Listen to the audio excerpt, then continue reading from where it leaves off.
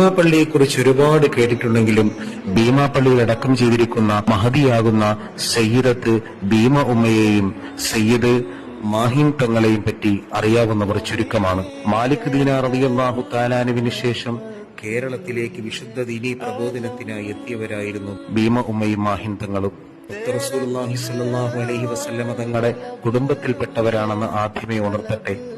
അത്ഭുതകരമാകുന്ന കറാമത്തുകൾ വൈദ്യരംഗത്ത് കാണിച്ചിരുന്നവരാണ് ബഹുമാനപ്പെട്ടവർ. ഉമ്മയും മകനും കേരളത്തിൽ വന്ന് നിമിഷ നേരങ്ങൾക്കിടയിൽ ഒട്ടനേകം ജനങ്ങളുടെ ഹൃദയങ്ങളിൽ സ്ഥാനം പിടിക്കുകയും വിശുദ്ധ ദീനുൽ ഇസ്ലാമിന്റെ നവ്യമായ സംസ്കാരങ്ങളെ ജനങ്ങളിലേക്ക് കൈകാര്യം ചെയ്യുകയും ചെയ്തിരുന്നു.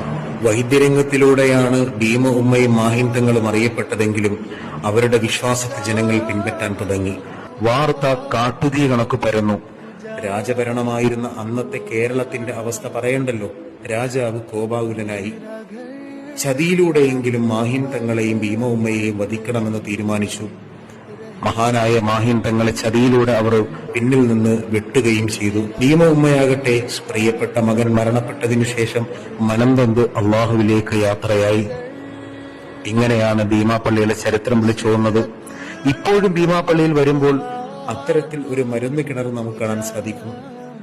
ശാരീരികമായ അസുഖമുള്ളവരൊക്കെ ഇവിടെ വന്ന് ഈ മരുന്ന് കിണറിൽ നിന്ന് വെള്ളം ഉപയോഗിക്കാറുണ്ട്.